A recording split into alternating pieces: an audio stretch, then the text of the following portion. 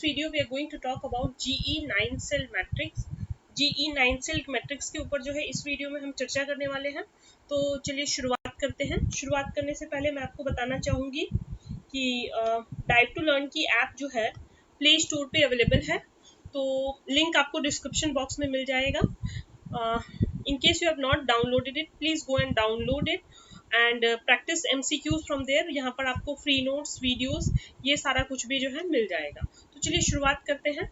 Strategic management, ये unit 6 है management का, और इसके अंतर्गत जो है हम डिस्कस करने वाले हैं GE 9 सेल मैट्रिक्स, जो कि GE बिजनेस मॉडल है। यहाँ पर मेंशन है, आप देख सकते हैं। हमने बिजनेस पोर्टफोलियो एनालिसिस के तहत BCG मैट्रिक्स जो है आपके साथ ऑलरेडी डिस्कस कर लिया है। इसी प्लेलिस्ट में आपको BCG मैट्रिक्स की वीडियो जो है मिल जाएंगी। तो अब तक आपने BCG मैट्रिक्स नहीं देखा है वीडियो, तो उसको भी जा करके ज़रूर देखें। तो चलिए शुरुआत करते हैं GE बिजनेस मॉडल की। GE बिजनेस मॉडल, जिसको GE 9 सेल मैट्रिक्स भी कहते हैं, और 9 सेल मैट्रिक्स जो है इसको क्यों कहते हैं, इसका एक्सप्लेनेशन बड़ा ही सिंपल है। यहाँ पे देखेंगे आपको 9 सेल दिख रहे हैं। ये जो डिफरेंट 3 जो है ग्रीन सेल है, 3 जो है यहाँ पे येलो सेल है, और 3 जो है ऑरेंज सेल है। और यहाँ पे जो टर्मिनोलॉजीज लिखे हैं वो आप देखेंगे, green is grow, yellow is hold and red one is harvest. तो इसी मैट्रिक्स को आज हम समझेंगे इस पूरे वीडियो में। चलिए शुरुआत करते हैं। सबसे पहले समझते हैं GE मैट्रिक्स जो है, GE फ्रेमवर्क क्या है। So GE is a framework that evaluates the business portfolio, provides further strategic implications and helps to prioritize the investment needed for each business unit। एक particular business level पे जो है कितना investment, कितना लागत आपको एक बिजनेस में जो लगाना है, वह इस मैट्रिक्स के थ्रू आप जान सकते हैं। देखिए, GE McKinsey 9 box matrix is a strategy tool that offers a systematic approach for the multi-business corporations to prioritize its investment among business units। तो कहने का मतलब है, एक पर्टिकुलर यूनिट में, एक पर्टिकुलर लाइन ऑफ बिजनेस में आपको कितना इन्वेस्टमेंट लगाना है, कितनी लागत लगानी है, इसी को हम GE 9 बॉक्स मैट्रिक्स के थ्रू जो है डिफाइन करते हैं। और इसी के अनुसार जो है एक बिजनेस इसको, अगर इस मॉडल को फॉलो करती है, तो इसके हिसाब से वह अपना इन्वेस्टमेंट को प्रायोरिटी दे सकती है, अपने इन्वेस्टमेंट के जो है बाइफर्केशन कर सकती है। सो इसकी थोड़ी हिस्ट्री समझते हैं GE 9 सेल मैट्रिक्स की। देखिए, 1917 में चूंकि जनरल इलेक्ट्रिक ने जो है इस मॉडल को दिया था, इसलिए इसको general electric GE 9 cell matrix के नाम से पॉपुलरली जाना जाता है। So 1970s, General Electric was managing a huge and complex portfolio of unrelated products and was unsatisfied about the returns from its investment in a product. So since GE had a diversified portfolio, वहाँ पे कई सारे business unit थे, और उनको यही नहीं पता चल रहा था कि किस यूनिट में जो है कितना इन्वेस्टमेंट लगाया है उन्होंने, और वहाँ से कैसे उनको रिटर्न्स, कौन सा यूनिट कैसा परफॉर्म कर रहा है। सो GE ने किसको कंसल्ट किया? मैकिन्जी को कंसल्ट किया, McKinsey and company, and as a result 9 box framework was designed. The 9 box matrix plots the business units on a 9 cells that indicate whether the company should invest in a product, harvest or divest it further, research on the product and invest if there is still some resources left। तो किस product में जो है और ज़्यादा investment करनी है, किसको प्रोडक्ट को जो है हार्वेस्ट या डाइवेस्ट करना है, यह 9 सेल के हिसाब से जो है कंपनी डिसाइड कर सकती है। इस हर एक यूनिट को जो है, हर एक बिजनेस यूनिट को जो है इस मैट्रिक्स में फिट करके जो है कंपनी अपने इन्वेस्टमेंट प्रायोरिटीज डिफाइन कर सकती है। So the business units are evaluated on 2 axes, industry attractiveness and competitive strength of a business unit. तो यहाँ पे ये दो चीज़ों को हम ग्राफ में देखेंगे। और फ्रेंड्स, यह जो है ये इम्प्रूव्ड वर्जन है BCG मैट्रिक्स का। BCG मैट्रिक्स में जो है 2 ही एलिमेंट थे और वहाँ पे 4 क्वाड्रेंट है। तो अब तक आपने BCG मैट्रिक्स वाला जो है वीडियो नहीं देखा है, इसी प्लेलिस्ट में आपको मिल जाएगी, वहाँ से जा करके BCG मैट्रिक्स का वीडियो जो है जरूर देखें। BCG मैट्रिक्स जो है काफ़ी सिंपल मैट्रिक्स था और काफ़ी ज़्यादा पॉपुलर मैट्रिक्स रहा है फ्रेंड्स। तो यहाँ से जो है कई बार BCG मैट्रिक्स से एग्जाम में क्वेश्चन आए हुए हैं। GE 9 सेल मैट्रिक्स भी हालांकि इंपॉर्टेंट है और यहाँ से भी क्वेश्चंस देखने को मिले हैं, both in commerce as well as management papers. So please understand it carefully. और हमने चूंकि अब ग्रेजुएशन पोस्ट ग्रेजुएशन लेवल पर भी पढ़ के रखा है, लेकिन इसकी जो रिवीजन करने से जो है, अगर इसके बेसिस पे एनालिटिकल क्वेश्चंस आपको एग्जाम में देखने को मिलते हैं, तो आप जो है इसकी बेटर अंडरस्टैंडिंग के साथ जो है क्लैरिटी के साथ अटेम्प्ट कर पाएंगे, कॉन्फिडेंस के साथ। तो चलिए स्टार्ट करते हैं। देखिए यहाँ पे दो एक्सेस की बात की गई है। पहला क्या है, इंडस्ट्री अट्रैक्टिवनेस, और दूसरा है बिजनेस यूनिट स्ट्रेंथ। अब बीसीजी के दो जो हॉरिजॉन्टल और वर्टिकल एक्सिस पे जो प्लॉटेड थे, वह क्या एलिमेंट्स हैं, ये आपको हमें कमेंट करके बताना है। सो चलिए समझते हैं इसको।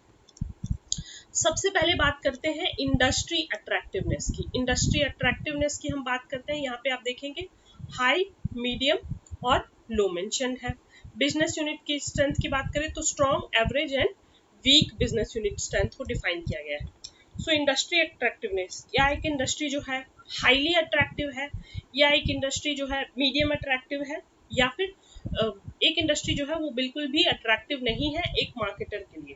तो चलिए इसको समझते हैं। Industry attractiveness, the vertical axis of GE McKinsey matrix is industry attractiveness. Industry attractiveness indicates on how hard or easily it will be for a company to compete in the market and to earn profits. जितना ज़्यादा industry जो है जहाँ पे आपको बहुत ज़्यादा profit दिख रही है, वह कैसी इंडस्ट्री हो जाएगी, वह बिल्कुल ही हाई अट्रैक्टिव हो जाएगी, क्योंकि इस इंडस्ट्री में जो है प्रॉफिट्स काफ़ी ज़्यादा कंसंट्रेटेड है, and every marketer will try to capture this industry at the earliest. So second is, when evaluating the industry attractiveness, analysts should look how an industry will change in the long run rather than in the near future. near future को ही नहीं देखना है, बल्कि आज मान लीजिए कोई industry जो है अट्रैक्टिव है, फॉर एग्जांपल समझिए जैसे कि जहाँ पे टेक्नोलॉजिकल जो है टेक्नोलॉजी बहुत ज़्यादा डायनेमिक है, बहुत ज़्यादा जो है एवर चेंजिंग टेक्नोलॉजी है। सो केवल हमें आज की अट्रैक्टिवनेस नहीं देखनी है, हमें यह हाई अट्रैक्टिवनेस समझना है long term point of view से, because we are investing a lot in business. So an industry will change in long run rather than in the near future because the investment needed for the product usually requires a long lasting commitment. बहुत ज़्यादा लागत लगी होती है हमें एक particular business को खड़ा करने में। तो जब हम उसको इंडस्ट्री अट्रैक्टिवनेस के पॉइंट ऑफ व्यू से देखें, तो यहाँ पर ध्यान दीजिएगा लॉन्ग टर्म की बात की गई है rather than a short term investment. So हम कैसे डिटरमाइन करते हैं कौन सी इंडस्ट्री जो है हमारे लिए ज़्यादा अट्रैक्टिवनेस है? So couple of factors we look at is market growth rate, जिसको बहुत ज़्यादा डिस्कस किया गया है किसमें, बीसीजी मैट्रिक्स में. Then is the market size, demand variability, industry profitability, industry rivalry, global opportunities and macro environment factors, that is political, economic, social and technology. Best factors we will be discussing in great detail in a separate video. So each factor is assigned a weight. ये जो भी factors mentioned है यहाँ पे, चाहे वह market growth है, चाहे मार्केट साइज है, डिमांड वेरिएबिलिटी है, इंडस्ट्री प्रॉफिटेबिलिटी है, इंडस्ट्री राइवलरी है, या फिर हम बात करते हैं ग्लोबल अपॉर्चुनिटीज की. So each factor here is assigned a weight that is appropriate for the industry. So industry to industry यह वेट जो है फ्रेंड्स वेरी करेगा. The industry attractiveness is then calculated as follows. So industry attractiveness का formula क्या है? पहला जो factor है जो कि यहाँ पे मेंशन है, और उस फैक्टर का जो वेट है, मान लीजिए इसका वेट 10 हो सकता है, मार्केट साइज जो है वो बहुत ज़्यादा वेटेज रखे तो यह 30 हो सकता है. सो ऐसे डिफरेंट वेट असाइन किया गया है, factor value into factor weight 1, factor value 2 into factor weight 1, and so on and so forth to nth number. जितने भी फैक्टर्स हैं इसको हम, again this is not a exhaustive list, it depends on industry to industry, और factor का जो weight है वह भी वेरी करता है depending on appropriateness for that particular industry. So it's a generic formula which you have to just keep in mind. Moving on, competitive strength for a business unit. So horizontal axis पे हमने क्या देखा था? हमने horizontal axis पे देख रहे हैं competitive unit strength की बात की गई है. यहाँ पे इंडस्ट्री अट्रैक्टिवनेस हमने जो है देखा, इंडस्ट्री कितना ज़्यादा अट्रैक्टिव होगा, इसके फॉर्मूला को समझा. अब हम बात कर रहे हैं बिजनेस यूनिट स्ट्रेंथ की. सो business unit, that particular unit can be strong, average और weak. Let's understand this further. So horizontal axis of a GE McKinsey matrix is the strength of a business unit. Managers try to determine whether a business unit has sustainable competitive advantage or at least temporary competitive advantage. So the business unit which have a comparative advantage over other units or over the competitors is considered as a strong industry. So that will fall here, that particular business unit. Again, like we discussed for industry attractiveness, business unit strength is also determined by a couple of factors. Here also we look at market share, growth in the market share, brand equity, distribution channel access, production capabilities. Again, this is not an exhaustive list. These are a couple of factors which I mentioned here. So profit margins relative to its competitor. The business unit strength can be calculated by multiplying the estimated value of each factor and weight as done for the industry attractiveness. तो formula friends same ही है. यहाँ पे couple of जो factors है यहाँ पे आपको variation देखने को मिलेगा. जैसे मार्केट शेयर की बात करें तो मार्केट शेयर आपको इंडस्ट्री में भी देखने को मिल रहा है और बिजनेस यूनिट की भी मार्केट शेयर की बात कर रहे हैं. Growth in the market share, तो यहाँ पे भी आप जो है ये दोनों फैक्टर्स ओवरलैपिंग दिखेंगे आपको. इंडस्ट्री अट्रैक्टिवनेस भी ऐसे ही फैक्टर्स थे. बिजनेस यूनिट स्ट्रेंथ में भी सिमिलर फैक्टर्स की बात की गई थी. जबकि यदि हम बात करें ब्रांड इक्विटी की, so that is specific to a particular business unit. So again the same formula which we have seen here. Let's look at the formula once again. Factor value 1 into factor value weight 1 and to the nth. So factor value n to factor value of weight of n. So that is the formula. Same for a business unit attractiveness. So now we move to next part, that is strategic implications. So strategic implication पे इतनी देर से जो हम बातें कर रहे हैं कि कौन सा बिजनेस को हमें ग्रो करना है यहाँ पे देखिए आप ग्रीन से सिग्निफाइड है. कौन से बिजनेस को हमें होल्ड करना है, इसको कलर कोडिंग की गई है येलो से. एंड कौन से बिजनेस को आपको हार्वेस्ट करना है, that is coloured as red.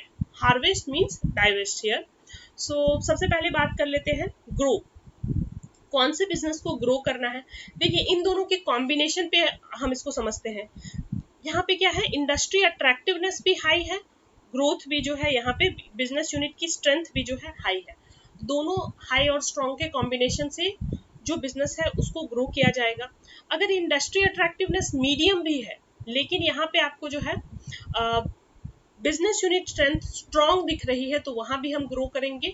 और लाइकवाइज अगर बिजनेस यूनिट स्ट्रेंथ एवरेज भी है लेकिन इंडस्ट्री अट्रैक्टिवनेस हाई है तो भी हम इसको ग्रो की श्रेणी में ही रखेंगे. सो इस जो डायग्राम है इसको एज इट इज आपको ध्यान में रखना है. इनफैक्ट आप इसको ड्रॉ करके जो है बेटर समझ सकते हैं, तो खुद से ड्रॉ करें कि इंडस्ट्री अट्रैक्टिवनेस या हाई हो या मीडियम हो. लाइकवाइज अगर बिजनेस यूनिट स्ट्रेंथ जो है या वो स्ट्रॉन्ग हो या एवरेज हो, इन तीनों के सिनेरियो में जो तीन बॉक्सेस यहाँ पे बन रहे हैं, तीनों में इंडस्ट्री को हमें जो है ग्रो करना है, यानी कि इंडस्ट्री में हमें मनी पंपिंग करते रहना है. So grow strong business units in attractive industries, average industry units in attractive industries and strong business units in the average industry. उम्मीद करती हूँ ये आपको समझ में आ गया होगा. इस डायग्राम से आप बेटर समझ सकते हैं rather than going by the wordings. Hold कहाँ पे करना है, आपको बिजनेस यूनिट स्ट्रेंथ जो है वीक दिख रही है, हालांकि इंडस्ट्री जो है अट्रैक्टिव है तो आप इसको डाइवर्स्ट नहीं करेंगे, आप इसको हार्वेस्ट नहीं करेंगे, अभी के लिए आप इसको होल्ड करेंगे. लाइकवाइज अगर दोनों चीजें ही एवरेज और मीडियम है, यानी कि इंडस्ट्री अट्रैक्टिव जो है मीडियम है और बिजनेस यूनिट स्ट्रेंथ अगर एवरेज है तो भी आप इसको होल्ड करेंगे. और इंडस्ट्री जो है आपको बिल्कुल ही अट्रैक्टिव नहीं दिख रही है लेकिन बिजनेस यूनिट स्ट्रेंथ जो है आपका स्ट्रॉन्ग है तो भी आप होल्ड करेंगे. कितने प्रोडक्ट्स आपने देखा है, अमूल बटर का एग्जांपल हमने डिस्कस किया है कपल ऑफ टाइम्स कि वहां पे जो है आपको इंडस्ट्री जो है अब जो बहुत ज़्यादा अट्रैक्ट नहीं करेगी लेकिन बिजनेस यूनिट स्ट्रेंथ जो है काफ़ी अच्छा है, तो यहाँ पे स्टेबिलिटी जो है आपको मेंटेन करना है, बिजनेस को भी होल्ड करके रखना है. Moving on to the last bit, that is harvest. So harvest में हम जो है जिस बिजनेस को अब ना तो वो बिजनेस हमारे लिए अट्रैक्टिव है ना ही इंडस्ट्री आपके लिए अट्रैक्टिव है, और उन दोनों का जो है मीडियम और आप देखेंगे यहाँ पर वीक वाला एलिमेंट जो लिया गया है, तो इस कॉम्बिनेशन को में जितनी भी इंडस्ट्रीज लाई करती है, that's a red signal for us and we should move out of these industries these are the industries जहाँ पे हम डिफरेंट स्ट्रेटजीज अडॉप्ट करने के बाद भी जो है सक्सेसफुल नहीं हो पाए हैं. So we have to let go of these business units in particular. So at last there are strategy variation within the groups. अब इस ग्रुप को जो है अगेन जैसे BCG के हमने लिमिटेशंस देखे थे, यहाँ पे भी जो है स्ट्रेटेजिक वेरिएशंस हो सकते हैं. Couple of industries which discuss our line here could be a source of profit for the industry. So for example, within the harvest group, the firm would be inclined to quickly divest itself of a weak business unit in an unattractive industry. यानी कि कहने का मतलब है जो industry यहाँ पे लाई कर रही है, वीक बिजनेस यूनिट भी है, अनअट्रैक्टिव इंडस्ट्री भी है, तो इसको हम लोग सबसे क्विकली इसको लेट गो करना जो है सबसे वाइजेस्ट डिसीजन होगा बिजनेस के लिए.